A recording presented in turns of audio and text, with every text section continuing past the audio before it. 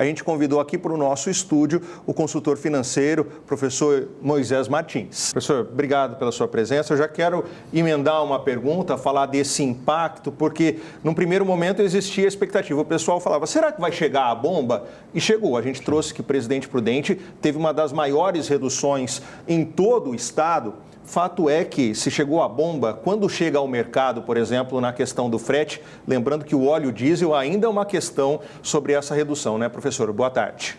O grande detalhe é o seguinte, lá na década de 60, o que aconteceu? A opção do Brasil, ele larga a ferrovia e vem para a rodovia. Então, quando ele incentiva a rodovia, o que ele está falando? Ele está falando a respeito do combustível, da gasolina, do óleo diesel e assim por diante. Não imaginávamos que teríamos tanta influência. Então, isso é um problema que a gente vem enfrentando desde 70. Agora, é um benefício, né? Porque nós que tínhamos aí 25, fomos para 18 de ICMS. Então, a ideia que nós estamos tendo é que nós temos um desconto de 8% no ICMS. Então, continua tendo dificuldade para chegar, mas já chegou na bomba, sendo pouco ou muito, chegou. E isso também está chegando no mercado, é que ainda as pesquisas não estão mostrando, porque é essa semana, mas nós vamos enfrentar sim um benefício. Esse benefício, quando nós estamos falando, nós estamos querendo dizer para você o seguinte, é pouco. Mas já é um benefício porque nós estamos com dificuldade. Então, essa dificuldade poderia ser melhor ainda, porque quem está fazendo isso é o governo do Estado. Qualquer um desses, ou o diesel, ou a gasolina, ou o gás de cozinha, alguma coisa nesse sentido, tem uma grande parcela de imposto que é do imposto da Petrobras. Se a Petrobras tirasse um pouquinho mais, ainda ficaria melhor. Tem gordura para tirar? Tem. Nós precisamos disso muito. O senhor falou dessa gordura para tirar, né? Pensando nesse ICMS que já foi reduzido esse percentual, o que isso representa em relação à arrecadação no Estado e como isso pode ter reflexo também na prestação de serviços públicos para a população?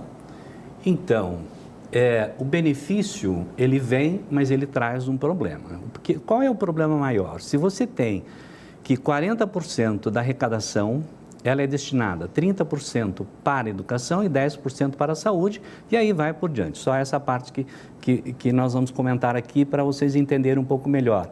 Então, quer dizer, vai nos faltar 30% para a educação e 10% para a saúde. Não tem de onde tirar esse dinheiro, porque você, para ter um dinheiro, você tem que tirar de alguma coisa. Porque a economia, ela vive em função da circulação. Então, se eu estou retirando, não dá para circular. Então, essa bonificação que é dado para as pessoas, que nós precisamos disso, deveria ter Então, vai trazer prejuízos para a educação? Vai. Vai trazer prejuízo para a saúde? Vai. Então, o governo precisa ser estrategista e criar novas condições. Professor, tem uma outra questão que envolve uma lógica aí de mercado, que é a questão da oferta e demanda.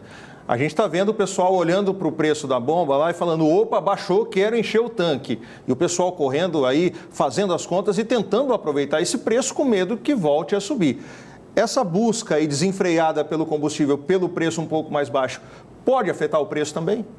Bom, primeiro é o seguinte, se você estava circulando com menos gasolina, o que vai acontecer? Quando você enche, você vai querer andar mais, quer dizer, não houve vantagem alguma. Um outro sentido que você tem que perceber é o seguinte, se você começa a aumentar muito e você, então o que vai acontecer? Não é que vai faltar, mas o que o governo vai fazer? Vai elevar.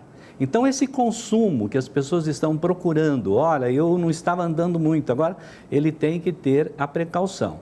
Então, quanto você estava economizando R$10, então o que você vai fazer? Continua fazendo aquilo que você estava, pega esses R$10 e joga numa caderneta de poupança, ou então paga uma despesa que você estava com ela atrasada e assim por diante. Essa é a maneira melhor de você fazer um planejamento. Não está dando para dar rolê ainda, então, professor? Não, em hipótese alguma.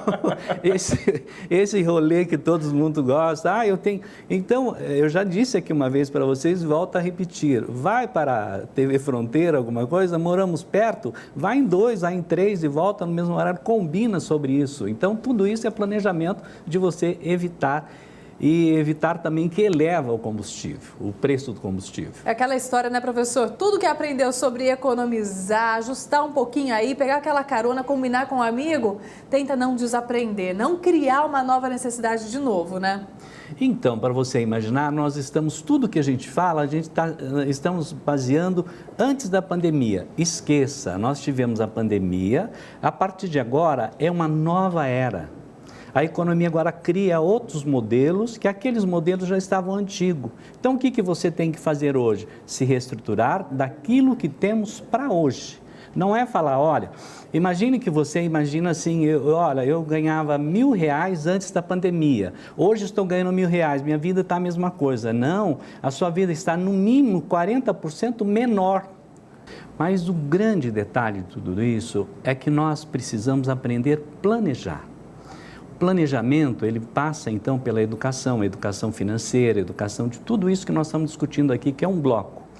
Então, quando eu falo para você que você precisa ter um planejamento, eu quero dizer o seguinte, não é porque melhorou, né? No caso aí nós estamos com uma economia de R$ 3,80 no bujão, então esses R$ 3,80 não gastar em outra coisa, você deve segurar isso, porque antes você já tinha um planejamento.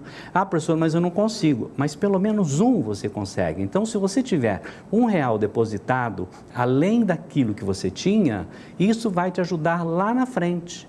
Que foi o que não fizemos, nós não fizemos a lição de casa até antes da pandemia. A gente vinha sofrendo muito com o processo da inflação. Porque qualquer um desses produtos, desses insumos que nós estamos falando, todos eles dependem do dólar. E como depende do dólar, o dólar não é controlado por nós nem pelo Brasil, é controlado então pelo mercado exterior. Então, quando eu falo de tudo sobre isso, nós estamos fazendo o nosso planejamento, porque alguém antes de nós está fazendo um planejamento por nós. Então, a gente tem que estar nessa balança. Então, precisamos ser o quê? Esperto no negócio. Professor, e até porque as pessoas às vezes não falam assim, poxa, vocês falam de redução no jornal, que baixou, mas isso aí eu não vejo nunca chegar na minha carteira, no meu salário, parece que não muda nada. Fato é que o mercado tem essas compensações, a gente, por exemplo, estava falando de aumento de bandeira tarifária nas contas de energia. Se não houver essa questão de balancear tudo isso, a pessoa se perde mesmo nas contas, né? É porque o grande detalhe é o seguinte, quando eu vou ao mercado, né, eu olho assim e falo assim, olha, mas o arroz que estava R$15 passou para 20. Então, analisando isso aí, eu tive um aumento de mais de 30%, mas o meu salário não aumentou 30%. O que é que você tem que fazer? Você tem que entender que o arroz talvez não é a parte mais importante na sua vida. Então, você tem que ter alguma coisa por substituição. Então, sempre você tem que trabalhar nisso que você sugeriu, que é o balanço. Você vai balanceando as coisas, um aumenta, outro diminui, hoje eu consumo mais isso, hoje eu consumo menos, e vai ter que ir levando. Então, na verdade, nós temos que ter aí um processo mágico para vencer toda essa confusão. Tem que fazer arte. Arte. Esse equilíbrio ali, ó, na ponta do lápis. Gastou, põe no celular, compartilha com a família, que todo mundo aí vai acompanhando essas contas. Professor, muito obrigada por ajudar a gente nessa matemática difícil do dia a dia, viu? Obrigado vocês pelo convite, estou sempre à disposição e parabéns para vocês pelo trabalho que vocês vêm desempenhando. Obrigado, professor. Boa tarde.